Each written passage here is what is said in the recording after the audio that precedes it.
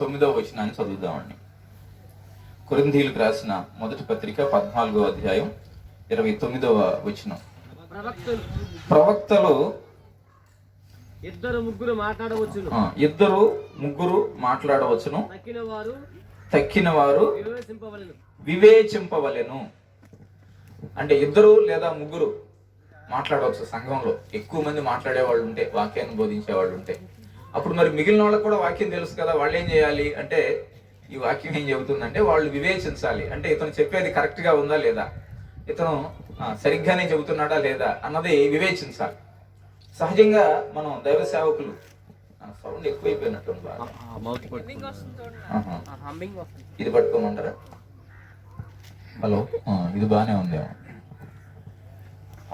చాలాసార్లు దేవుని సేవకులు ఏం చెప్తామంటే, నేను వాక్యం చెబుతున్నాను, మీరందరూ నోరు మూసుకుని వినాల్సిందే.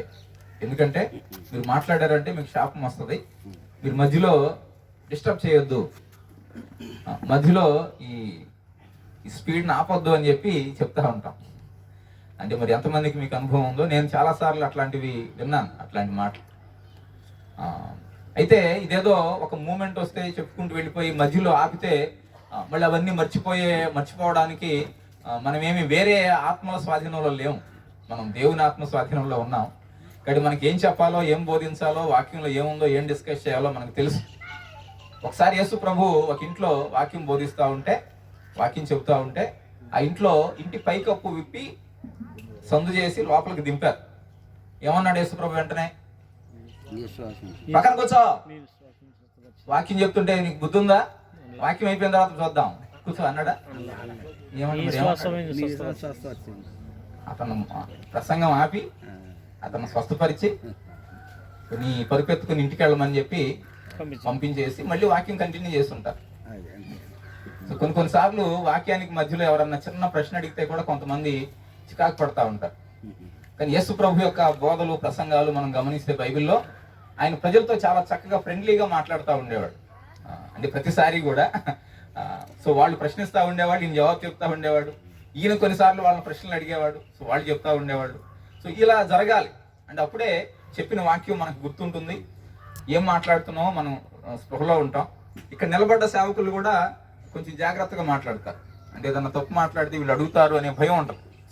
సో లేదనుకోండి, నేను ఏది చెప్పినా అదే కరెక్ట్ అని చెప్పి వెళ్ళిపోతుంటాం. సో దయచేసి ఈ విషయాన్ని మనం గ్రహించాలని నా ఉద్దేశం.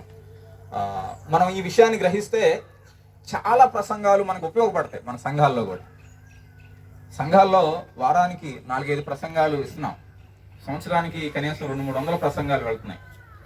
ప్రజల్లో ఏ మార్పు వచ్చింది అని చూసాం అనుకోండి, ఎన్ని మార్పులు వస్తున్నాయి?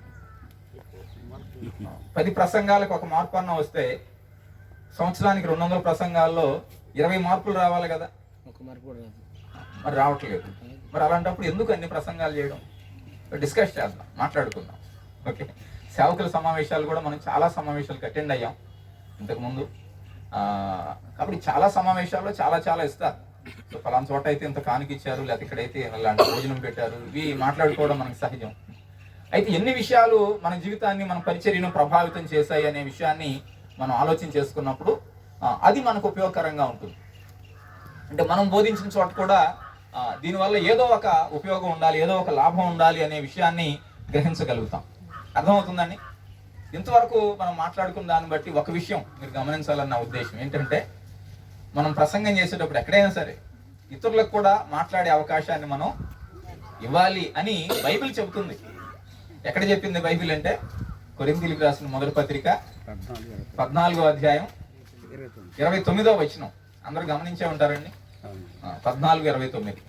ప్రవక్తలు 2-3 మాట్లాడుతూ ఉంటే మిగిలిన వాళ్ళు చెప్పినట్టు స్వీకరించండి కాదు, వివేచించండి, అవసరమైతే ప్రశ్నించండి అని దాని భావం.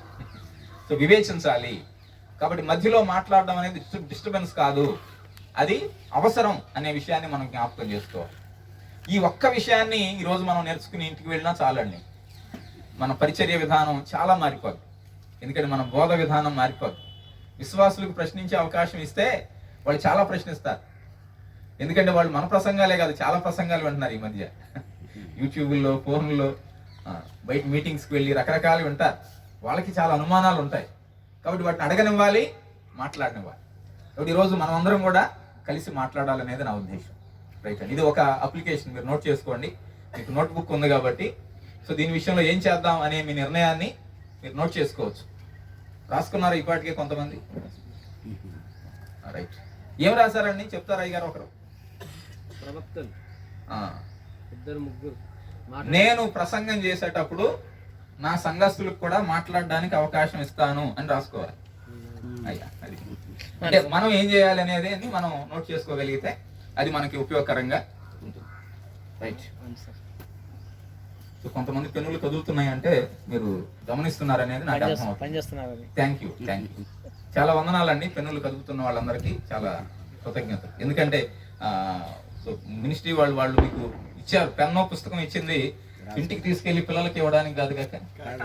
రైట్, ఇక్కడ వీలైనంత వరకు పుస్తకాన్ని పూర్తి చేయడానికి ప్రయత్నం చేయొచ్చు.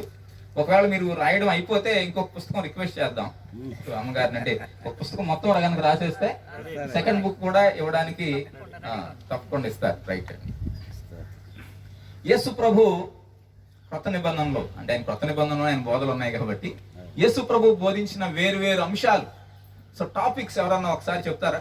కొన్ని ఒక్కొక్కరు ఒక్కొక్కటి. యేసు ప్రభు మారు మనసు గురించి బోధించాడు. యేసు ప్రభు పరలోకం గురించి బోధించాడు. ఇంకేం బోధించారండి? కనికరం గురించి మాట్లాడారు. అయ్యా, దయ కలిగి ఉండాలని మాట్లాడారు. అయ్యారు, ప్రేమ కలిగి ఉండాలని మాట్లాడారు. మారు మనసు గురించి మాట్లాడారు. సమాధానం గురించి మాట్లాడారు. స్వస్థతల గురించి మాట్లాడారు. ఎప్పుడు మాట్లాడారండి స్వస్థతల గురించి? ఒక రెఫరెన్స్ ఏదని చెప్తారా? ఒక రెఫరెన్స్ చెప్పండి, ఈలోగా మీరు వెతకండి బైబిల్. స్వస్థతల గురించి ఏం మాట్లాడారు యేసు ప్రభు అన్నది ఒక రెఫరెన్స్ కావాలి. ఇంకా మిగిలిన వాళ్ళండి, ఇంకా యేసు ప్రభు ఏ అంశాలు బోధించారు? ఊరికే టాపిక్స్ అడుగుతున్నాను అయ్యా. కొండ మీద ప్రసంగంలో చాలా విషయాలు బోధించారు ఆయన. రైట్ అయ్యా, ఇంకా వెనకాల వాళ్ళు కూడా మాట్లాడవచ్చండి అయ్యా. కోనేటి దగ్గర అంటే అంశం ఏంటి? అంశం స్వస్థత చేశాడు. స్వస్థత గురించి ఏం మాట్లాడలేదు కదా. స్వస్థత చేశాడు ఆయన. ఓకే, స్వస్థతలు చేశాడు, చాలా మందిని స్వస్థపరిచాడు. అంటే ఆయన చేసిన పనులు అడగట్లేదు నేను, ఆయన ఏం బోధించాడు అని అడుగుతున్నాను.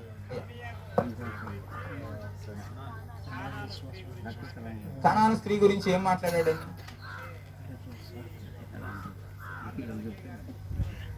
ఆ స్త్రీతో మాట్లాడాడు. ఓకే, స్త్రీతో మాట్లాడాడు. ఆమె గురించి వేరే ఊర్లో చెప్పలా, ఆమెతోనే మాట్లాడాడు. Right, thank you.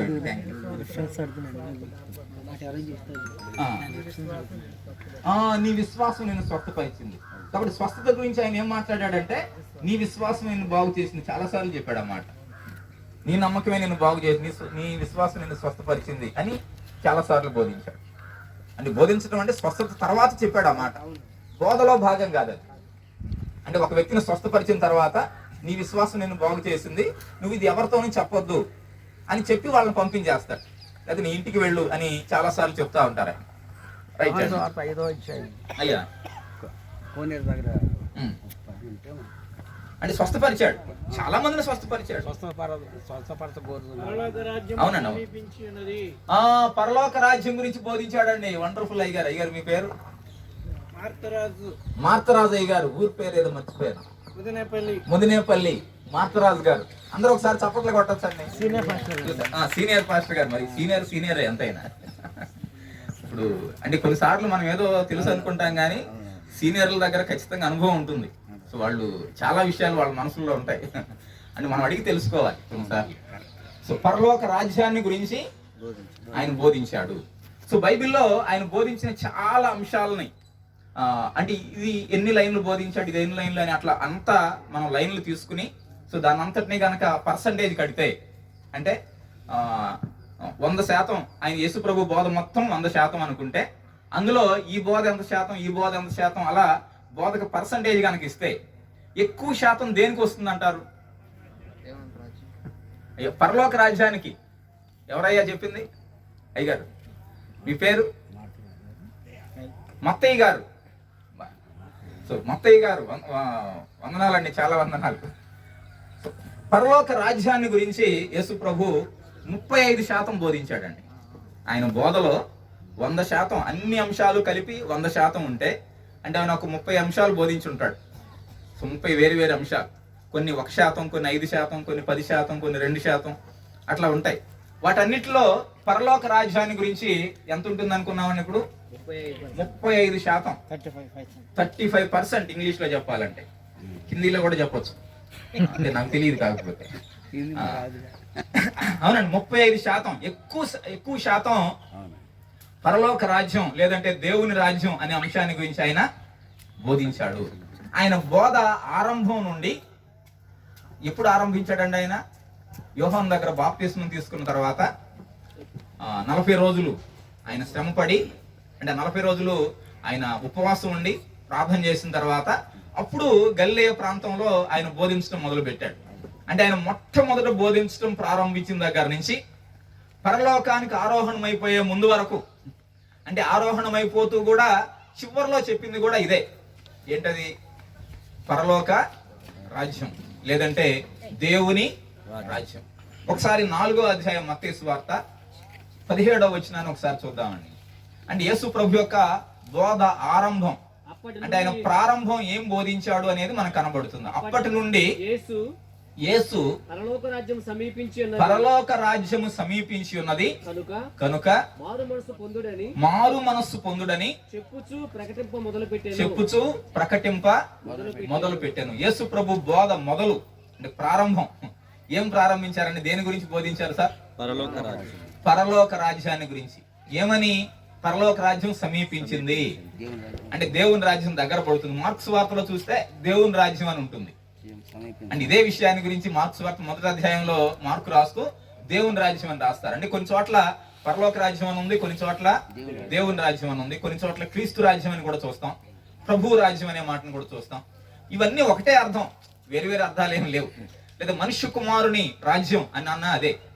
కాబట్టి దేవుని రాజ్యం అన్న ఇవన్నీ ఒకటే అర్థాన్ని కలిగి ఉన్నాయి. లేకపోతే శాశ్వత రాజ్యం అన్న ఇదే రాజ్యం. కాబట్టి ఆయన రాజ్యాన్ని గురించి ఆయన బోధించడం ఆరంభించాడు. ఆయన కంటే ముందు మార్గాన్ని సిద్ధం చేయడానికి ఒక ప్రవక్త గారు వచ్చారు. ఎవరండి ఆయన? బాప్తిస్మిచ్చి యోహాను గారు. వీళ్ళ బంధువే, ఎలిజబెత్ మరియల బంధువులే కదా. ఆయన ఈయనకంటే 6 నెలలు ముందు పుట్టాడు. సో ఆయన బోధించడం ఏం బోధించుంటాడు?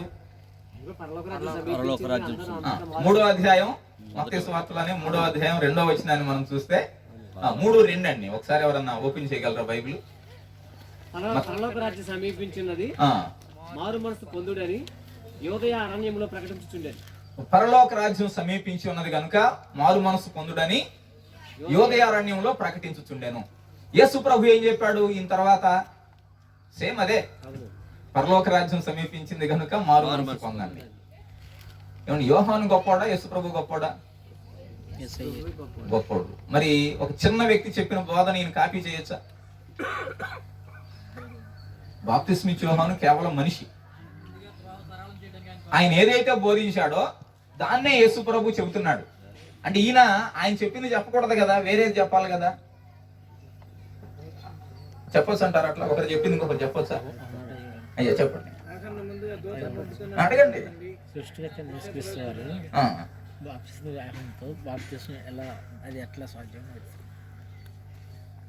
ఆయనే అడిగి ఆయనే వెళ్ళి తీసుకున్నాడు. అసలు మీరు బాప్తిస్మం దాకా వెళ్తున్నారు. సృష్టికర్త అయిన ఒక స్త్రీ గర్భంలో పుట్టాడు. ఇంకా అద్భుతం అది. బాప్తిస్మం తీసుకోవడం ఏముంది, పెద్ద చిన్న విషయం అది. కానీ ఇంకొక మనిషి ద్వారా పుట్టాడు ఈ లోకంలో, కాబట్టి అది ఇంకా అద్భుతం. అంటే ఆయన తనను తాను అంతగా తగ్గించుకున్నాడు అనేది మనం అర్థం చేసుకోవాలి. అంటే మనుషులను ప్రేమించడం కోసం ఆయన ప్రేమ. అయితే ఇక్కడ మన ప్రశ్న ఏంటంటే, ఒక మనిషి, మామూలు మనిషి బాప్తిస్మిచ్చి యోహాను ఏదైతే బోధించాడో, సో దాన్నే యేసు ప్రభు అదే విషయాలు బోధించటం ఇప్పుడు యేసు ప్రభు గొప్పవాడని తెలియజేస్తుందా? ఈయన కూడా ప్రసంగాలు కాపీ కొట్టేవాడని తెలియజేస్తుందా? గొప్పవాడని తెలియజేస్తుంది. ఎట్లా సార్? కాపీ కొడుతున్నాడు కదా. అయ్యా ఆయనే పంపించాడు. ప్రవచనాలు ఉన్నాయి కాబట్టి ఒకరు చెప్పింది ఇంకొకరు చెప్పడం తప్పు కాదని అర్థం చేయాలనుకుంటున్నానండి. అది కొన్నిసార్లు దగ్గరికి వెళ్ళకూడదు నేను. అంటే బాక్స్ దగ్గర ఉంది రైట్ రైట్ బాక్స్ ఇక్కడ ఉంది కాబట్టి నేను ముందుకు రాకూడదు, నన్ను రిస్ట్రిక్ట్ చేసేసారు. సో అందరం కలిసి మాట్లాడుకోవడానికి ఉంటే బాగుండేది. పొలాలు ఏం ఖాళీ లేవు, సరే తర్వాత చూద్దాం. సరే, ఏదైనప్పటికీ ఒకరు బోధించిన బోధని మరొకరు బోధించడం అనేది చిన్నతనం కాదు. అర్థమవుతుందండి? కొన్నిసార్లు కొంతమంది వెరైటీగా ఉండాలని చెప్పి ఇవి అందరూ బోధించేశారు కాబట్టి నేను ఏదో వెరైటీగా చెప్పాలని చెప్పి కొత్త బోధలు చేస్తున్నారు కొంతమంది. చెప్తా ఉంటారు కొంతమంది. చెప్పింది చెప్పడం ఏంటి అన్న మాట కూడా ఆయన ఎవరో చెప్పింది నేను చెప్పడం ఏంటి? సో నేను నా స్థాయి ఆయన స్థాయి ఒకటా? కాదు కదా. నేను ఎక్కడ ఆయన ఎక్కడ? కాబట్టి ఆయన చెప్పింది నేను. ఇప్పుడు 2 ప్రసంగాలు ఉన్నాయి అనుకోండి. ఈ రోజు మరి అమ్మగారు 2 ప్రసంగాలు పెట్టలేదు. ఎందుకు? ఒక 2 ప్రసంగాలు ఉంటే ముందు స్పీకర్ చెప్పిన దాన్ని తర్వాత స్పీకర్ చెప్తాడా? కొంతమంది చెప్పొచ్చు, గొప్ప దైవజనులు ఉంటారు. అయితే కొంతమంది దాన్ని రివర్స్ చేసి చెప్తారు. ముందు ఎవరైతే ఏదైతే చెప్పారో దాన్ని అంతా రివర్స్ చేసి ఈయన అంటే ఈయన చెప్పిందంత తప్పు, నేను చెప్పేదే కరెక్ట్ అనేటట్టుగా నెక్స్ట్ స్పీకర్ చెప్పే ప్రయత్నం చేస్తారు. ఎందుకంటే ముందు దాన్ని కన్ఫర్మ్ చేయడం ఇష్టం ఉండదు అనమాట. కానీ ఇక్కడ మనం యేసు ప్రభు వారి యొక్క విధానాన్ని మనం గమనిస్తే బాప్తిస్మిచ్చే యోహాను ఈయన పంపించినాడు, ఈయన సేవకుడు ఆయన. కానీ ఆయన ఏదైతే చెప్పి బోధించి కొనసాగించాడో సో అదే బోధన యేసు ప్రభు కూడా బోధించడం మొదలు పెట్టాడు. ఆయన కూడా దాన్నే బోధిస్తున్నాడు. ఇదేంటి నువ్వు ఆయన చెప్పిందే చెబుతున్నావు అని ఎవరన్నా అడుగుంటారేమో, మరి మనకు తెలియదు. పంపించింది ఆయనగా, సో పంపించింది ఆయనే, కానీ వాళ్ళకి తెలియదుగా, విన్నా వాళ్ళకి తెలియదుగా. పంపించింది ఆయనే. ఒకవేళ పంపించకపోయినా ఒక బోధ కరెక్ట్ అన్నప్పుడు దాన్నే అందరూ బోధించవచ్చు. వెరైటీ కోసం వేరువేరుగా బోధించాల్సిన అవసరం లేదు. అర్థమవుతుందండి? దీంతో ఏమైనా విభేదిస్తారా నాతో? మీరు విభేదించాలంటే విభేదించవచ్చు, ఎందుకంటే సేవకులం కాబట్టి మనం. నేనేదో పెద్ద పెద్ద మర్మాలు చెప్పాలని రాలేదు ఇక్కడ, లేకపోతే నేను కంటిన్యూగా మాట్లాడేసి మిమ్మల్ని అదరగొట్టేయాలనే ఉద్దేశం నాకు లేదు. మనం కలిసి మాట్లాడుకుందాం, కలిసి డిస్కస్. అందుకే మీరు సంభాషించాలి, మీరు డిస్కస్ చేయాలనేది నా ఉద్దేశం. కానీ వేరే వాళ్ళు బోధించిన దాన్ని మరొకరు బోధించడం, వాళ్ళు బోధించిన దాన్ని మరొకరు బోధించడం అన్నది సరైనదే అవసరమైనప్పుడు. సో బోర్ కొట్టించేటట్టు బోధించాల్సిన అవసరం లేదు. అంటే ఒక వ్యక్తికే మళ్ళీ మళ్ళీ అదే విషయాన్ని చెప్పనక్కర్లేదు, అతనికి ఆల్రెడీ తెలుసు.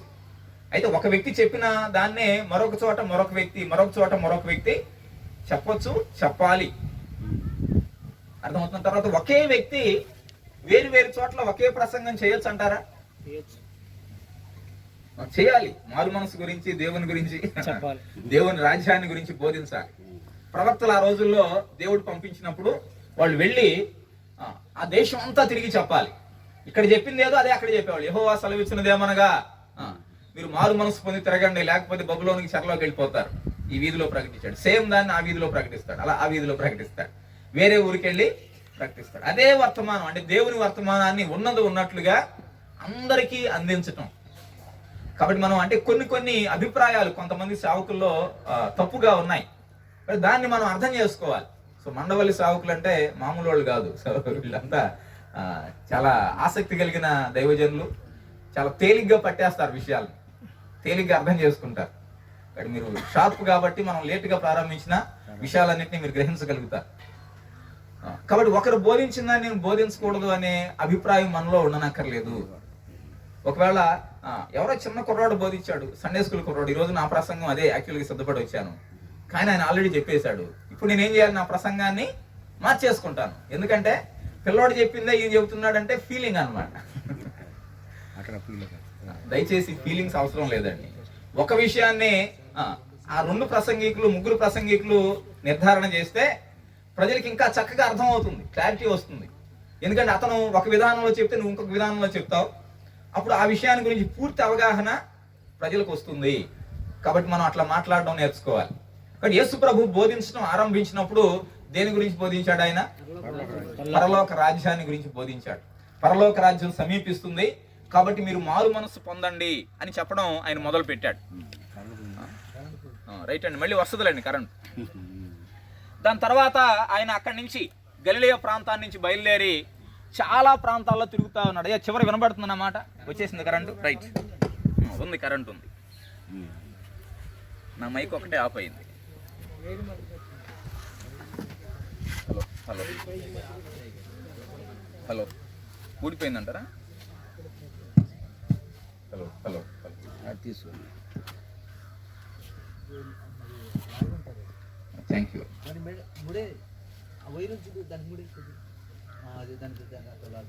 పరలోక రాజ్యాన్ని గురించి ఆయన బోధించడం ఆరంభించాడు. ఆ తర్వాత అక్కడ నుండి గలిలయ, యూదయ లేకపోతే ఆ ప్రాంతాలన్నింటిలో తిరుగుతూ, వాళ్ళ సమాజ మందిరాల్లో తిరుగుతూ, వీధుల్లో తిరుగుతూ, ఆ గ్రామాలన్నీ తిరుగుతూ ఆయన చాలా విషయాలు బోధించాడు. ఏమేమి బోధించాడు? 25వ వచనం చదువుదామండి. అదే అధ్యాయం, 4వ అధ్యాయం, మత్తయి సువార్త 4వ అధ్యాయంలో 25వ వచనం. గలిలయ, దెకపోలి, 23 చదువుదామండి. 23కి వద్దాం. యేసు వారి సమాజ మందిరములలో బోధించుచు దేవుని రాజ్యమును గూర్చిన స్వార్థను ప్రకటించుచు ప్రజలలోని ప్రతి వ్యాధిని, రోగమును స్వస్థపరచుచు గలిలయ అంతటా సంచరించెను. యేసు ప్రభు ఏం బోధిస్తున్నాడు అనేది ఇక్కడ మనకి ఏం అర్థమవుతుంది? ఆయన ప్రకటిస్తున్నాడు, దేవుని రాజ్యమును గురించిన విషయాలను బోధిస్తున్నాడు. అక్కడ ఏముందండి? అక్కడ దేవుని రాజ్యమును గూర్చిన సువార్తను ప్రకటించు. దేవుని రాజ్యమును గూర్చిన సువార్తను, సువార్తే బోధించేది ఆయన. అయితే ఏ సువార్త? నువ్వు నరకం నుంచి తప్పించబడి పరలోకానికి వెళ్తావు అన్న సువార్త కాదు. అది సువార్తలో ఒక చిన్న భాగం మాత్రమే. అర్థమవుతుందంటారా? అంటే సువార్తలో ఒక పార్ట్ మాత్రమే. అది కాదు పూర్తి సువార్త. పూర్తి సువార్త ఏంటంటే దేవుని రాజ్యమును గురించిన సువార్త. యేసుక్రీస్తు ప్రభు ఏదైతే బోధించాడో అది. తర్వాత ఆయన కొన్ని చేశాడు. ఆ వచనంలో ఏం చేశాడు అని ఉందని 23వ వచనంలో, ప్రజలలోని ప్రతి వ్యాధిని, రోగమును స్వస్థపరచుచు గలిలయ అంతా తిరుగుతూ ఉన్నాడు. కాబట్టి అంటే ఈ మాట ఒక సమ్మరీ స్టేట్మెంట్ అండి. ఇది సమ్మరీ స్టేట్మెంట్ అంటే అంటే అంతా కూడా ముగింపు మాటల్లాగా, అంటే సారాంశం అనుకోవచ్చు ఒక రకంగా. సారాంశం అంటే ఆయన గలిలయ అంతటా తిరిగి ఏం బోధించాడు అంటే ఆ బోధ అంతటికి ఒక టైటిల్ పెట్టాలనుకుంటే ఆ టైటిల్ ఏంటంటే దేవుని రాజ్యమును గురించిన సువార్త. దేవుని రాజ్యాన్ని గురించిన సువార్త బోధించాడు. చేసింది ఏంటి అంటే ప్రతి వ్యాధిని, ప్రతి రోగాన్ని, బలహీనతను స్వస్థపరిచాడు. చాలా సార్లు ఇక్కడే మనం కన్ఫ్యూజ్ అవుతాం. అంటే బోధించింది ఏంటి, చేసింది ఏంటి? బోధించింది దేవుని రాజ్యం, చేసింది స్వస్థతలు. అంటే ప్రజలకు ఏ సహాయం చేయగలడో దాన్ని చేశాడు. స్వస్థత చేశాడు, రాజ్యాన్ని బోధించాడు. కొన్నిసార్లు అంటే మనం బయట చూస్తూ ఉంటాం, కొంతమంది అట్రాక్ట్ చేయడానికి, ప్రజల్ని అట్రాక్ట్ చేయడానికి వాళ్ళు ఏం చేస్తారంటే దేవుని రాజ్యాన్ని బోధించరు, స్వస్థతలు మాత్రం బోధిస్తారు. మీరు యేసు ప్రభు దగ్గరికి రండి, మీకు స్వస్థత వస్తుంది. యేసు ప్రభు దగ్గరికి రండి, మీ కోర్టు సమస్యలు తీరతాయి. యేసు ప్రభు దగ్గరికి రండి, మీకు పిల్లలు పుడతారు, మీకు పెళ్లిళ్ళు అవుతాయి అని స్వస్థత సభలో అని కూడా మనం పెడతా ఉంటాం. యేసు ప్రభు స్వస్థత కోసం ఎవరినైనా ఎప్పుడైనా పిలిచాడంటారా? ఆయన దగ్గరికి వచ్చిన వాళ్ళందరినీ స్వస్థపరిచాడు. కానీ నా దగ్గరికి రండి స్వస్థపరుస్తానని ఎవరిని పిలవలేదు. ఎందుకంటే ఆయన వచ్చింది దాన్ని బోధించడానికి కాదు. స్వస్థతని బోధించలేదు ఆయన, స్వస్థతని చేశాడు. స్వస్థత చేశాడు, అధికారం ఇచ్చాడు. వాళ్ళని ఏం చెప్పమన్నాడు? అయ్యా ఒకసారి మీరు చెప్పిన రెఫరెన్స్ తీయండి. మత్తయి సువార్త 10వ అధ్యాయం 7వ వచనం. 10:7 తీయండి ఒకసారి. మీరు చెప్పింది మత్తయి సువార్తలోని 10వ అధ్యాయం 7వ వచనం. ఆయన తన శిష్యులను పంపిస్తూ అపవిత్రాత్మల మీద, దయ్యాల మీద వాళ్ళకి అధికారాన్ని ఇచ్చి వాళ్ళకి ఏం చెప్పాడు? 7వ వచనం చదవండి. పరలోక రాజ్యము సమీపించి ఉన్నదని ప్రకటించండి. రోగులను స్వస్థపరచుడి, చనిపోయిన వారిని లేపుడి, కుష్ఠరోగులను శుద్ధులుగా చేయండి, దయ్యాలను వెళ్ళగొట్టండి, ఉచితంగా ఇచ్చేయండి. ఓకే, ఇవన్నీ చేయాలి. అంతేగాని మీరు వెళ్ళి దయ్యాలను వెళ్ళగొడతాం, దయ్యాలు ఉన్న వాళ్ళందరూ తీసుకురండి అని చెప్పకూడదు. మీరు వెళ్తున్నప్పుడు ఎవరిలో ఉన్న దయ్యం ఉంటే మాత్రం వెళ్ళగొట్టండి, దాన్ని బోధించవద్దు. అంటే బోధనా సమయాన్ని వాటికి కేటాయించాల్సిన అవసరం లేదు. ఎందుకంటే నీ దగ్గర వరం ఉంది, ప్రభు నీకు వరాన్ని ఇచ్చాడు. స్వస్థత వరం ఇచ్చినప్పుడు దాని గురించి చెప్పడం అవసరమా? చేస్తే సరిపోతుంది కదా. నువ్వు స్టేజ్ మీదకి వస్తున్నావు, స్టేజ్ మీదకి వచ్చేటప్పుడు అయ్యా నాకు బాగాలేదని ఒక అనారోగ్యంగా ఉన్నవాడు కనిపించాడు. ఏమండి ఏం చేయాలి అప్పుడు? పేతురు అయ్య గారు, యోహాన్ అయ్య గారు దేవాలయంలోకి వెళ్తున్నారు. శృంగారం అనే దేవాలయ ద్వారం గుండా దేవాలయంలోకి వెళ్తున్నప్పుడు గుమ్మం దగ్గర ఒక కుంటివాడు, పుట్టింది మొదలుకొని కుంటివాడే. మరి యేసు ప్రభు చాలాసార్లు ఆ దేవాలయానికి వచ్చాడు. ఏమయ్యాడో తెలియదు ఆ టైంలో. మరి అంటే వాళ్ళు ఎప్పటి నుంచో మోసుకొచ్చి అక్కడ పెడుతున్నారంట. మరి యేసు ప్రభు వచ్చిన సమయంలో ఏమయ్యాడో మనకు తెలియదు. కానీ పేతురు యోహాన్లు వెళ్ళే టైంకి అక్కడే ఉన్నాడు, గుమ్మం దగ్గరే ఉన్నాడు. వెంటనే పేతురు గారు ఏమన్నాడు, అతని పరిస్థితి చూసి, అయ్యా నువ్వు ఇలా కూర్చోవటం బాగాలేదు, లోపలికి వెళ్దాం అన్నాడు, ప్రార్థన చేసుకుందాం, నీకు స్వస్థత ప్రార్థన చేస్తాను అని లోపలికి రమ్మని అన్నాడా? అనలేదండి. ఏ అదేంటి సార్, లోపల ప్రార్థన జరుగుతుంటే ఈ వ్యక్తికి అనారోగ్యం ఉంది, ప్రార్థనలోకి పిలవాలి కదా, అది న్యాయం కదండి. మనం అందరం చేసేది అదేగా. లోపల కూడికి జరుగుతుందయ్యా, దేవుడు నేను స్వస్థపరుస్తాడు రా, నేను ప్రార్థన చేస్తాను లోపల అని అడగాలి కదా. అది అడగలే, అలా చెప్పలేదు. ఏం చేశాడు? నజరేయుడైన యేసునామంలో లేచి నడవమన్నాడు, స్వస్థపరిచేశాడు అప్పటికే అక్కడే. వీళ్ళు లోపలికి ప్రార్థనకి వెళ్ళిపోయారు. కాబట్టి స్వస్థత వరం ఉన్నవాళ్ళు ఎవరైనా సరే స్వస్థత గురించి బోధించాల్సిన అవసరం లేదండి. బైబిల్లో ఎవరో బోధించలేదు, అట్లా బోధించమని యేసు ప్రభు ఎప్పుడూ చెప్పలేదు. అర్థమవుతుందండి? ఆయన బోధించలేదు, బోధించమని ఎవరికి చెప్పలేదు. అయితే ఏం చేయాలి? నీ దగ్గర స్వస్థత వరం ఉంది కాబట్టి నువ్వు స్వస్థపరచాలి. నువ్వు వాళ్ళని స్వస్థపరిచేసాయి ఉచితంగా, అది కూడా ఉచితంగా. మళ్ళీ దానికి ఫోటో స్నాప్ కూడా అవసరం లేదు. అవసరమా స్లాబ్? యేసు ప్రభు స్వస్థపరిస్తే ఆ తర్వాత మనం చూస్తే చాలా ప్రాంతాల నుంచి ప్రజలే పబ్లిసిటీ చేసి తీసుకొచ్చేసారు చాలా మంది. అయ్యో ఈయన అసలు వద్దు బాబు వాళ్ళంటే నువ్వు ఎవరికి చెప్పొద్దంటే వీళ్ళు వెళ్ళి చెప్పేవాళ్ళు. యేసు ప్రభుకు మొహమాటంలో అనుకునేవాడు, మొహమాటం వల్ల చెప్పొద్దు అంటున్నాడేమో.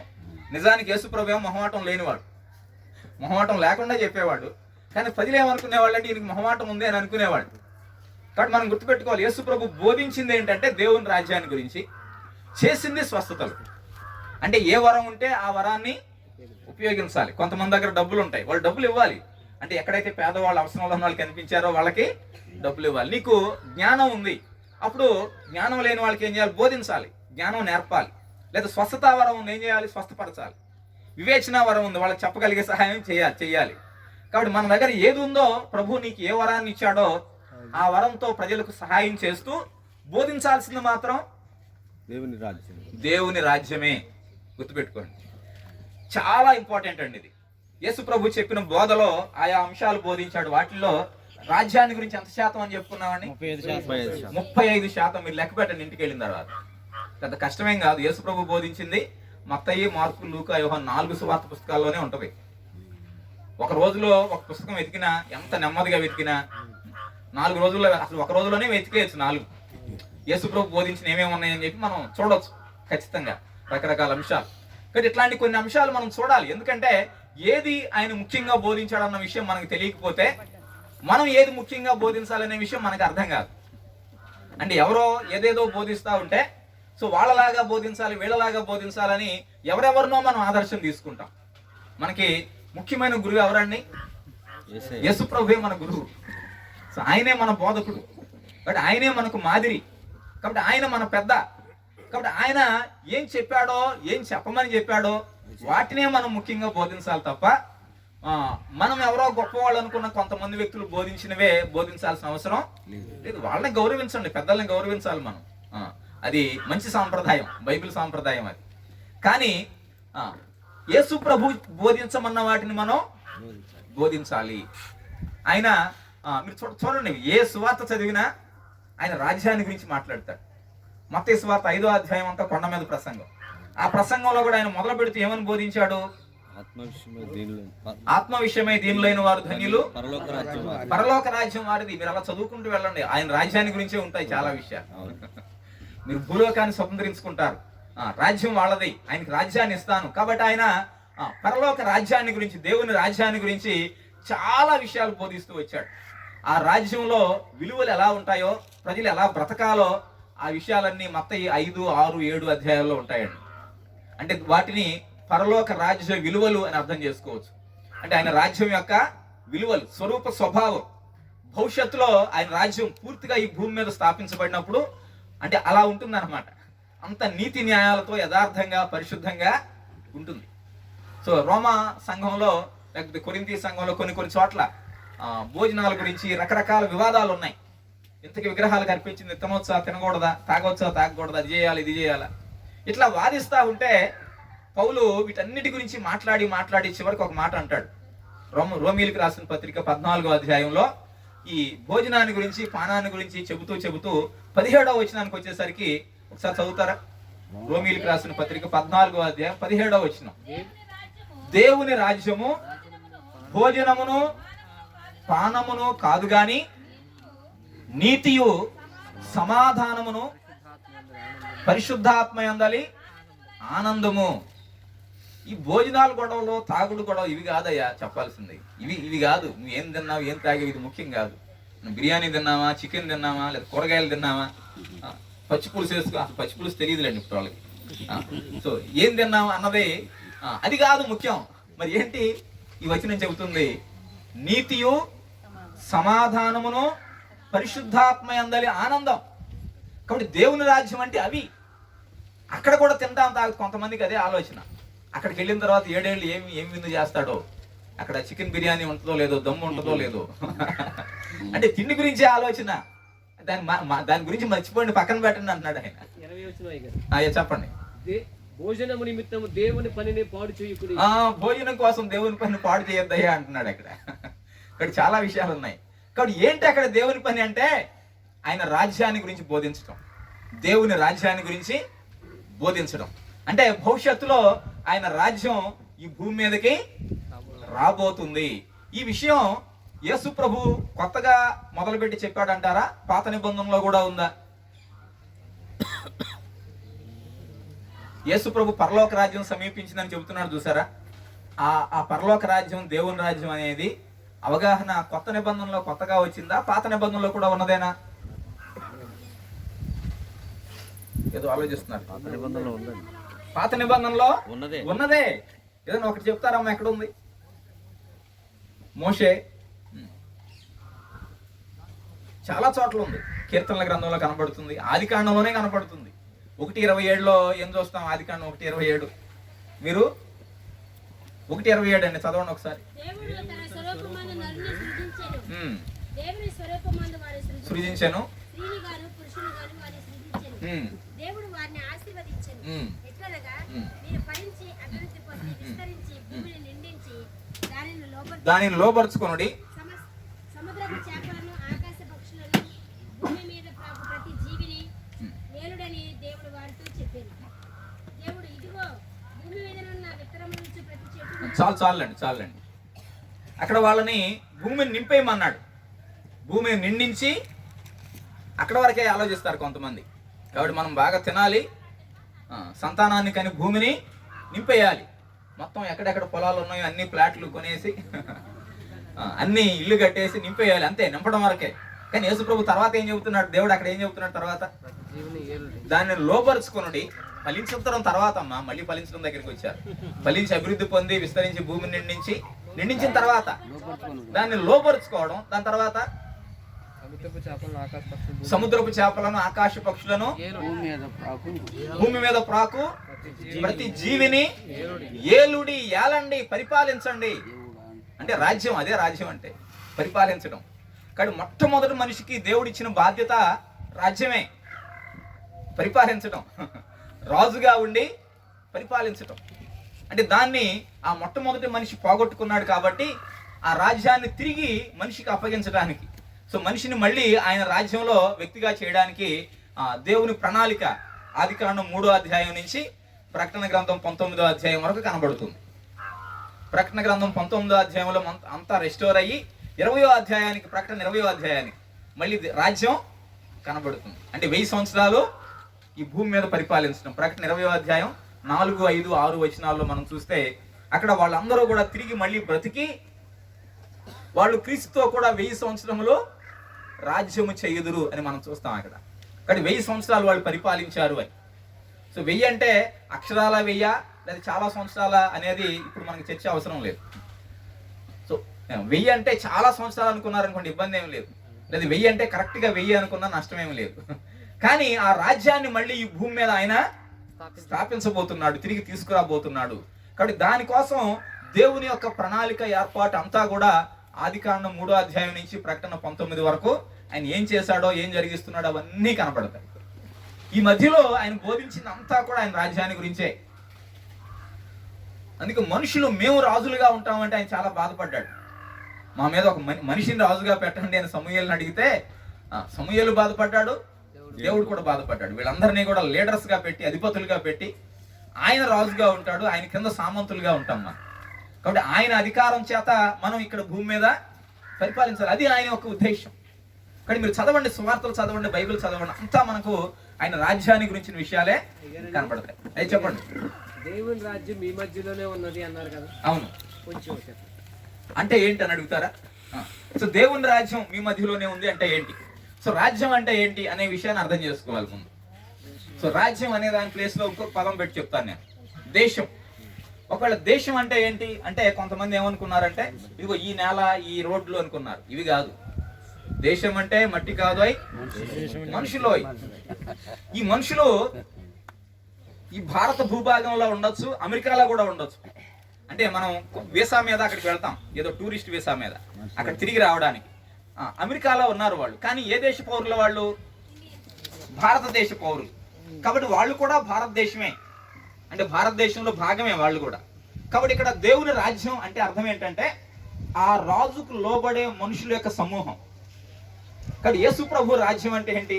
యేసు ప్రభు ఆజ్ఞకు విధేయత చూపించే మనుషులు ఎవరైతే ఉంటారో వాళ్ళ సమూహం. కాబట్టి అప్పటికే కొంతమంది యేసు ప్రభుకి శిష్యులయ్యారు. ఆయన ప్రభువా అని పిలుస్తున్నారు. ప్రభు అంటే రాజు, అంతే కదండి.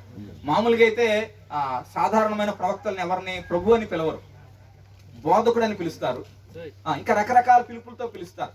కానీ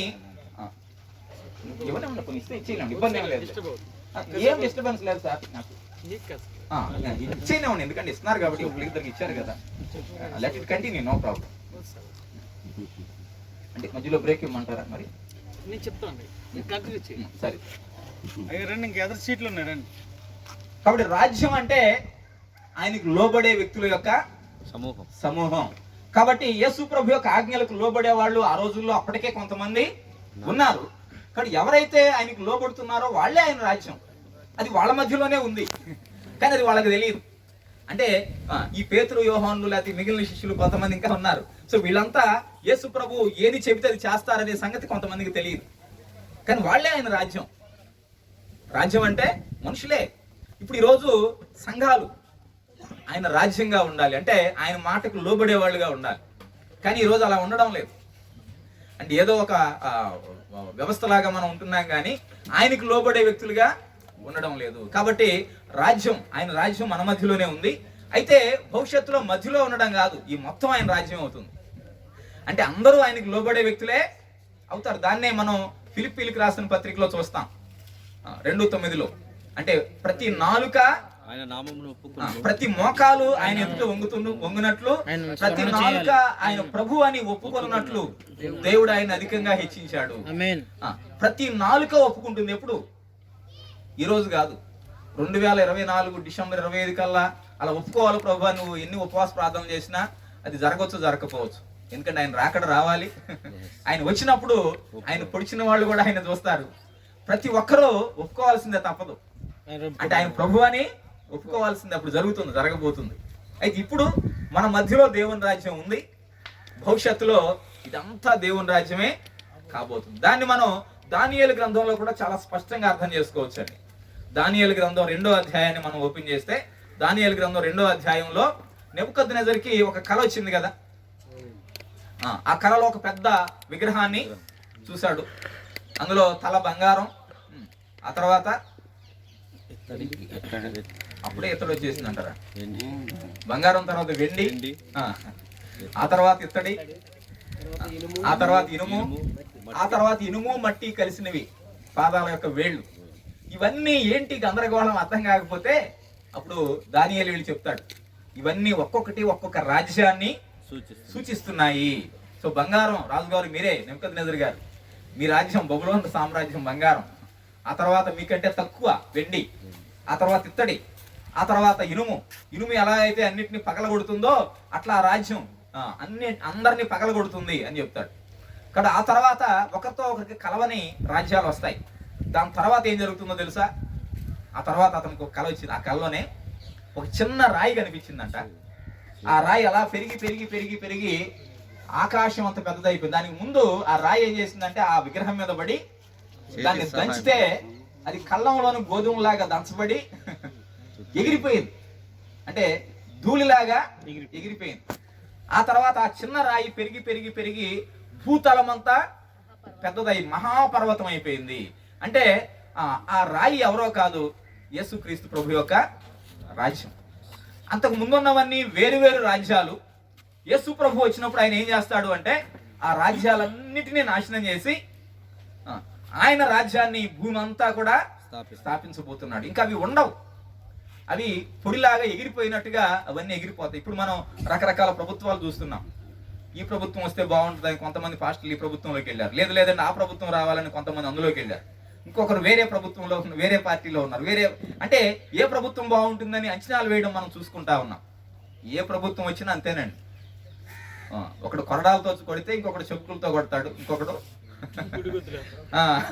ఒక్కొక్కరు ఒక్కో రకం, అన్నీ ఒకటే, అంతా దోచుకునే వాళ్ళే అంతా మనుషులు. ఈ దేశమే కాదండి, ఏ దేశమైనా మీరు ప్రపంచం అన్ని దేశాల్లో కూడా రాజులు ప్రభుత్వ అధికారులు చేసేవాళ్ళు వాళ్ళంతే. కానీ రేపు దేవుని రాజ్యం వస్తుంది, అది నీతి న్యాయాలతో ఉంటుంది. అసలు నీతిగా పరిపాలన చేయడం అంటే ఏంటో అప్పుడు తెలుస్తుంది ప్రజలకి. అప్పటి వరకు తెలియదు, అర్థం కాదు కూడా. ఎందుకంటే ఎక్కడా నీతి లేదు.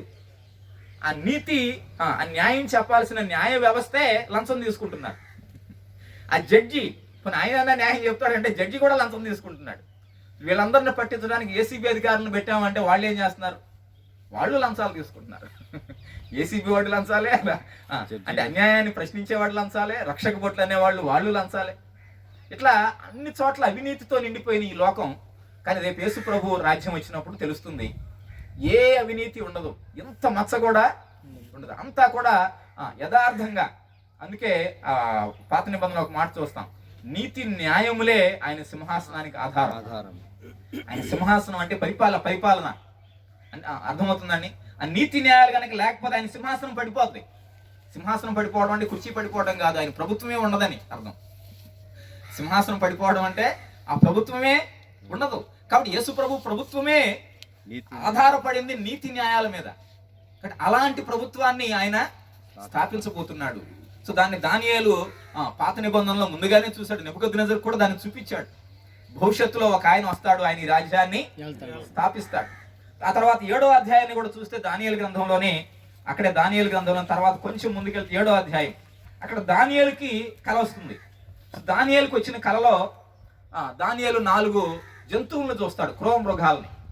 అంటే సేమ్ నెబుకద్నెజరుకి ఏదైతే కల వచ్చిందో అదే విషయాలు వేరే రూపంలో, వేరే దర్శన రూపంలో దానియేలుకి వచ్చింది. ఇక్కడ ఆయనకేం విగ్రహం అంటే అవన్నీ లోహాలు, విలువైన లోహాలు, కానీ ఇక్కడ మాత్రం క్రూర మృగాలు చూసారా. ఇవన్నీ 4 రకాల జంతువులు. దానికి వివరణ ఏంటి అని అతనికి అర్థం కాక 16వ వచనానికి మనకు వస్తే దీని నిజమంతా నాకు చెప్పు అని అక్కడ ఉన్న ఒక వ్యక్తిని అడిగాడంట. 17వ వచనం చూద్దాం, 7వ అధ్యాయం దానియేలు గ్రంథం.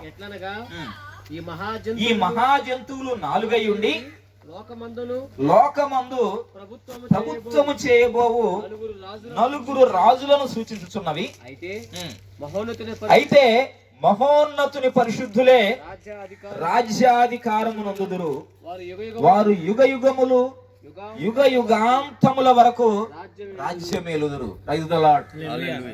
అంటే ఇక్కడ యేసు ప్రభు రాజ్యం రావడానికి ముందు 4 రాజులు పరిపాలిస్తారు. అంటే 4 అంటే అక్షరాల 4 అని కాదు, 4 రకాల రాజ్యాలు, 4 వేరు వేరు విధానాలు, ఒక్కొక్క దాన్ని ఒక్కొక్క స్టైల్.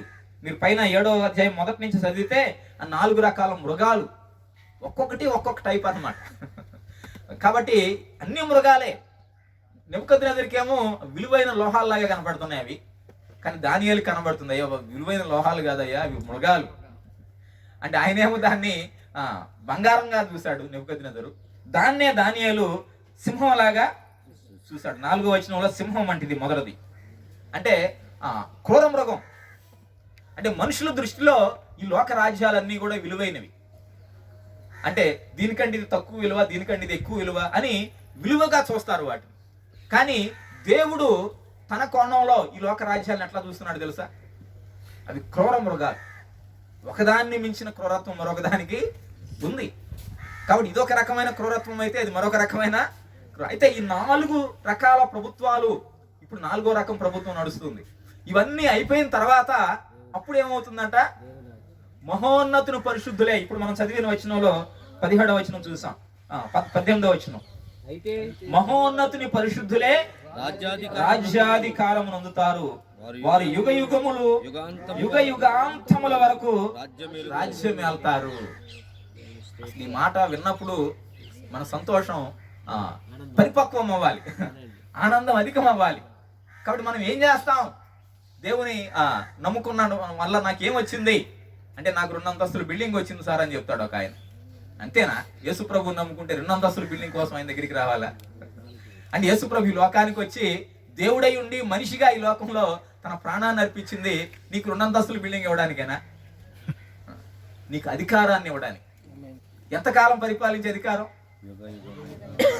యుగ యుగములు యుగ యుగాంతముల వరకు వాక్యం చెబుతున్నది. అది ఇంకా కొంచెం ముందుకెళ్తే వేరే జంతువుని గురించి అడిగాడు, దాని గురించి వివరణ చెప్పాడు. అదంతా అయిపోయిన తర్వాత 21, 22 వచనాల్లో ఆ కొమ్ము పరిశుద్ధులతో యుద్ధం చేసి వాళ్ళని గెలుస్తుందట. అతని 22వ వచనం, ఆ మహావృద్ధుడు వచ్చి మహోన్నతుని పరిశుద్ధుల విషయంలో తీర్పు తీర్చు వరకు అలాగు జరుగును. అంటే దుష్టుడు దేవుని బిడ్డల మీద విజయం సాధించడం అనేది జరుగుతుందా జరగదంటారా? జరుగుద్ది అని వాక్యం చెబుతుంది. ఎంతవరకు అంటే కొంత టైం పెట్టాడు ఆయన. ఆ మహావృద్ధుడైన వాడు వచ్చి వీళ్ళకి తీర్పు తీర్చే వరకు కొద్ది టైం ఉంది. ఆ టైంలో వాళ్ళు దేవుని పరిశుద్ధుల మీద కూడా విజయాన్ని సాధిస్తారు. మీరు ప్రకటన గ్రంథం 13వ అధ్యాయం చూస్తే అక్కడ కూడా వాడు గెలవడం కనపడుద్ది మనకి. వాడు గెలుస్తా ఉంటాడు, జయిస్తా ఉంటాడు, వీళ్ళ మీద ఆధిపత్యం చలాయిస్తా ఉంటాడు. అయితే ఒక టైం ఉంది. ఆ టైం వచ్చినప్పుడు ఏం జరుగుతుందంటే 22వ వచనం 2వ భాగం, తీర్పు తీర్చు వరకు అలాగూ జరుగును గాని సమయం వచ్చినప్పుడు ఆ పరిశుద్ధులు రాజ్యము నేలుదురను సంగతి నేను గ్రహించి తిని. అప్పుడు అర్థమైంది ఏంటంటే ఒక టైం వస్తుంది. ఆ టైం వచ్చినప్పుడు ఏం జరుగుతుందంటే ఆ పరిశుద్ధులు రాజ్యం వెళ్తారు. దేవుని పరిశుద్ధులు ఎవరైతే ఆయన రాజ్యంగా ఈ లోకంలో జీవిస్తున్నారో, యేసు ప్రభు యొక్క విలువలు కలిగి, నీతి న్యాయాలు కలిగి, ఆ క్రమం కలిగి ఎవరైతే ఆయనకి లోబడి బతుకుతున్నారో వాళ్ళు రేపు ఏం చేయబోతున్నారు? పరిపాలించబోతున్నారు. కొంతమంది ప్రసంగాల్లో చెప్పడం విన్నాను, ఎక్కువ పరిచర్య చేస్తే ఏముంటది నీకు పరలోకంలో? నాకు పెద్ద ఇల్లు ఉంటుంది. తక్కువ పరిచర్య చేస్తే చిన్న పూరి గుడిసె ఉంటుందా నీకు? అక్కడ అన్ని ఇల్లు గురించే, ఇల్లు తిండి ఈ రెండింటి గురించే ధ్యాస. అంటే బైబిల్లో పెద్దగా వివరణ లేనివి అవి. ఎంత ఇల్లు ఉంటే ఏమైంది? ఉన్నదంతా నీదే. ఇప్పుడు రాజుది, రాజ్యం అంతా రాజుదే అయినప్పుడు ఆయనకి సపరేట్గా ఇది నాది ఇది నాది అని చెప్పి రాజ్యం అంతా ఆయనదే. కానీ మహోన్నతుని పరిశుద్ధులు వాళ్లే పరిపాలిస్తున్నప్పుడు, వాళ్లే ఏలుతున్నప్పుడు, వాళ్లే రాజ్యాధికారం చలాయిస్తున్నప్పుడు నాకు 1 బిల్డింగ్ ఉందా 2 బిల్డింగ్ ఉందని చెప్తారా? నాకు రాజ్యం ఉంది అంటాడు. నాకు 20 పట్టణాలు ఉన్నాయి, 50 పట్టణాలు ఉన్నాయి, అది చెప్తాడు. చెప్పండి. భూమి మీద నేను ఉండి నేను వెళ్ళిన తర్వాత మీకు ఇల్లు కడతాను అని యేసుప్రభు చెప్తారు కదా. ఎక్కడ వచ్చిన తీయండి సార్ అది 14. చదవండి అయ్యా. యోహాను సువార్త 14వ అధ్యాయం అంటున్నారు. చదవండి. స్థలం సిద్ధపరుస్తాను.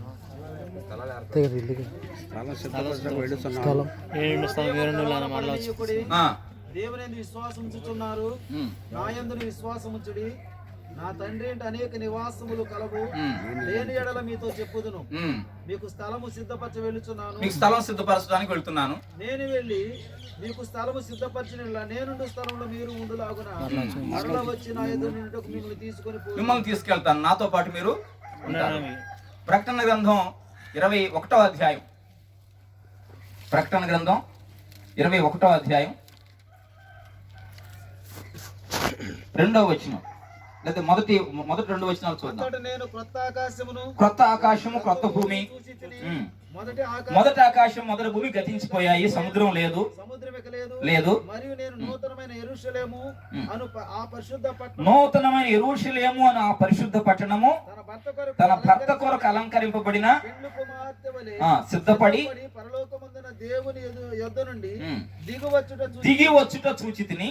అప్పుడు ఇదిగో దేవుని నివాసం మనుషులతో కూడా ఉన్నది. దేవుని నివాసం మనుషులతో కూడా ఉంది, ఆయన వాళ్ళతో కాపురం ఉంటాడని ఇక్కడ మనం చూస్తాం. కాబట్టి ఆయన అక్కడ సిద్ధపరిచి ఏం చేస్తున్నాడు? భూమి మీదకి ఈ భూమి మీదకి కాదు, ఇక్కడ మొదటి వచనంలో ఏం చూసాం? క్రొత్త భూమి క్రొత్త ఆకాశాన్ని చూసాం. మొదటి భూమి మొదటి ఆకాశం గతించిపోయాను అని చూస్తున్నాం. అక్కడ ఆ క్రొత్త భూమి మీదకి తీసుకొస్తున్నాడు, మనల్ని అందరిని అక్కడికి తీసుకెళ్తాడు. అయితే ఎందుకు అక్కడికి తీసుకెళ్లేది? మంచి ఇంట్లో ఉండి చక్కగా ఏసీ రూమ్ లో కూర్చుని ఉండడానిక? ఆఫ్టర్ ఆల్ అన్నవి ఇంట్లో ఉండడం అన్నది చాలా చిన్న విషయాలు. అవి నీకు అధికారం లేకుండా, పరిపాలించే ఇది లేకుండా నువ్వు ఊరికే ఒక పెద్ద బిల్డింగ్ లో బంగ్లాలో ఉండమన్నా అదేం సంతోషం ఉండదు ఎవరికి. ఇక్కడ ఇంకా ముందు చూడండి, దానికి ఇంకా కిందకి చూసుకుంటా వస్తే 22వ అధ్యాయంలోకి వచ్చేద్దాం, 5వ వచనానికి వచ్చేద్దాం. ఇవన్నీ తర్వాత ఎలాగో చదువుతారు కదా. రాత్రి ఉండదు అక్కడ, దీపకాంతి గాని సూర్యకాంతి గాని అక్కర్లేదు. దేవుడైన ఈ ప్రభువే వారి మీద ప్రకాశిస్తాడు, వారు యుగ యుగములు రాజ్యం చేస్తారు. ఇది రాజధాని పట్టణం దిగొస్తుంది. నూతన యెరూషలేం అనగానే ఇశ్రాయేలుకి వెంటనే అర్థమయ్యేది ఏంటంటే రాజధాని అని. యెరూషలేం అంటే రాజధాని అంతే, అక్కడి నుంచి పరిపాలన జరుగుతుంది. కాబట్టి ఆ నూతన యెరూషలేం పట్టణాన్ని అక్కడి నుంచి తీసుకొస్తున్నాడు. ఈ విశ్వాసులందరూ అక్కడ ఉండి ఏం చేస్తారంట? వీళ్ళు ఇప్పుడు మనం చదివిన దాంట్లో యుగ యుగములో రాజ్యం చేస్తారు. అయ్యా, వెనకున్న వాళ్ళకి అర్థమవుతుంది నా భాష. వారు యుగ యుగములు రాజ్యం చేస్తారు, పరిపాలిస్తారు. ఇక్కడ దానికోసం మనం ముఖ్యంగా ఆలోచించాలి. కాబట్టి తండ్రి ఇంట్లో అనేక నివాసాలు ఉన్నాయి. ఎందుకు అంటే ఊరికే ఉండడానికి, అంటే ఎప్పుడు 24 గంటలు అందులో ఉండడానికి కాదు. ఒకవేళ ఎప్పుడు అందులోనే ఉంటే జైలు లాంటిది అవుతుంది, అంతే కదండి. వచ్చిపోతూ ఉండాలి. కానీ వాళ్ళు ఏం చేస్తారంటే రాజ్యం చేస్తారు, పరిపాలిస్తారు. వాడు ఆయన వెళ్ళి స్థలం సిద్ధం చేసి వస్తారంటే వీళ్ళు కంగారు పడుతున్నారు అనమాట. నేను వెళ్ళిపోతున్నానని చెప్పాడు 13వ అధ్యాయంలో, యోహాను సువార్త 13వ అధ్యాయం. మనం 14 చదువుకున్నాం కదా. ఇప్పుడు 13వ అధ్యాయం వీళ్ళు కంగారు పడుతున్నారు. వాళ్ళ కాళ్ళు అడిగాడు, మీలో ఒక నన్ను అప్పగిస్తాడయ్యా, నేను చచ్చిపోతాను, 3వ రోజు లేస్తాను. ఇవన్నీ చెబుతుంటే వాళ్ళకి కొంచెం భయంగా ఉంది. ఈయన కోసం మేము అన్ని వదిలేసి వచ్చాము, ఇల్లు అన్ని వదిలేసి వచ్చాం. యేసు ప్రభు కూడా తలవాల్చుకోవడానికి స్థలం లేదని చెప్పాడు.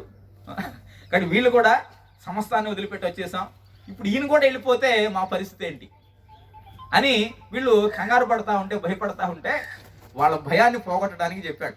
నేను వెళ్తాను, అక్కడ స్థలాన్ని సిద్ధపరిచి మళ్ళీ వస్తాను, మీరు నేను ఒకే చోట ఉంటాము. ఇప్పుడు 21వ అధ్యాయంలో ఏం చూసాం మనం? ఇదిగో దేవుని నివాసం మనుషులతో కూడా ఉన్నది, ఆయన వారితో కాపురం ఉండును, వారు ఆయన ప్రజలై ఉంటారు, వాళ్ళ కన్నుల ప్రతి బాష్ప బిందువుని ఆయన తుడిచివేస్తాడు, ఇక దుఃఖం, ఏడుపు, బాధ, వేదన ఉండదు. అవన్నీ అక్కడ చూస్తాం కంటిన్యూషన్ గా. కాబట్టి ఆయన రాజ్యం రాబోయే దానిలో చాలా చక్కగా నీతి న్యాయాలతో సుఖ సంతోషాలతో ఉంటుంది. మనం ఏం చేస్తాం అంటే అక్కడ వాక్యం ఏం చెబుతుందంటే మనం ఆయనతో కూడా ఏలతాం, పరిపాలిస్తాం. కాబట్టి దీన్ని మనం జాగ్రత్తగా అర్థం చేసుకోవాలండి. ఇప్పుడు ఆయన ఒక రాజ్యాన్ని స్థాపించడానికి రాబోతున్నాడు. అయితే స్థలాన్ని సిద్ధపరిచి ఏదో ఒక ఇల్లు ఉంటుంది, ఆ ఇల్లు మనకు ప్రాముఖ్యం కాదు. అది ఎందుకంటే ఊరికే అలా ఉండడానికే, అది రాజధానిగా, ఇది వీళ్ళ రాజధాని అని చెప్పుకోవడానికి వరకే. అంతేగాని వీళ్ళకి పెద్ద ఇల్లు, వాళ్ళకి చిన్న ఇల్లు, అసలు వాటి కంపారిజన్స్ మనకు అక్కర్లేదు. ఎక్కడిస్తే ఏమైందండి నీకు? ఇగో ఈ 10 పట్టణాల మీద అధికారిగా ఉండన్నాడు, ఈ 5 పట్టణాల మీద అధికారి, 20 పట్టణాల అధికారి అన్నాడు అనుకోండి. ఆ పట్టణాలు పరిపాలిస్తున్నాం, రేపు మార్చాడు, ఇదిగో వేరే పట్టణాలు చూసుకోండి, చూసుకుంటాం. ఏదైనా కానీ మనం చేసేది మాత్రం పరిపాలించడం. యేసు ప్రభు చాలా ఉపమానాలు చెప్పాడండి. ఉపమానాలు దేని గురించి చెప్పాడు గుర్తుంది కదా? ఉపమానాలు ఏదైనా ఒక ఉపమానం పేరు చెప్పండి. ఏదో దేవుని రాజ్యం వలను పోలి ఉంది. విత్తువాని ఉపమానంలో కూడా ఆయన రాజ్యాన్ని గురించి చెప్పింది. పరలోక రాజ్యం ఒకడు పోయి విత్తనాలు విత్తినట్లుగా ఉంటుంది అని చెప్పడం మొదలు పెడతాడు. పరలోక రాజ్యం గోధుమలు గురుగులు పోలి ఉంది, లేకపోతే పరలోక రాజ్యం ఆవగింజను పోలి ఉంది, పరలోక రాజ్యం కుంచెడు పిండిలో దాచిపెట్టిన పుల్లని పిండిని పోలి ఉంది, పరలోక రాజ్యం చేపలు, పెద్ద చేపలు చిన్న చేపలు వాటిని పోలి ఉంది. అట్లా పరలోక రాజ్యాన్ని గురించి చెప్పాడు. ఉపమానాలన్నీ 13వ అధ్యాయం నిండా చూస్తాం మనం మత్తయి సువార్తలో. కాబట్టి ఇంకా చాలా ఉపమానాలు ఉన్నాయి, అవన్నీ పరలోక రాజ్యాన్ని గురించి. ద్రాక్ష తోటలో పనివాళ్ళు, అది కూడా పరలోక రాజ్యాన్ని గురించి. పరలోక రాజ్యం ఇలా ఉంటుంది అని చెప్తాడు అక్కడ కూడా. బుద్ధిగల కన్యకలు అక్కడ కూడా పరలోక రాజ్యం అని చెప్పాడు, పైన హెడ్డింగ్ అదే పరలోక రాజ్యం. కాబట్టి యేసు ప్రభు ఉపమానాల్లో కూడా ఎక్కువ శాతం ఆయన రాజ్యాన్ని గురించిన విషయాలే మనం చూస్తాం. కాబట్టి మనం బుర్ర కొద్ది మందికి వేడెక్కి ఉండొచ్చు అనే ఉద్దేశంతో అయ్యగారు వేడివేడిగా టీ ఏర్పాటు చేశారట. వారికి సమయాన్ని తర్వాత మీరు ఆలోచించండి దీని గురించి, ఇంకా యేసు ప్రభు ఏం బోధించాడనే విషయాల గురించి. దీని గురించి మనం సమాప్తి చేసుకున్న తర్వాత, అంటే ఆ రాజ్యంలో ఒక వ్యక్తి ప్రవేశించాలంటే ఏం చేయాలని వాక్యం చెబుతుందో ఆ విషయాన్ని మనం చూస్తాం నెక్స్ట్ టీ బ్రేక్ తర్వాత. ఆ తర్వాత మధ్యాహ్నం నుండి దేవుని దీవెనల ఆశీర్వాదాలు మనకు మన సంఘాలకు రావాలంటే ఏం చేయాలని బైబిల్ చెబుతుందో ఆ విషయాలను మధ్యాహ్నం మనం చూస్తాం.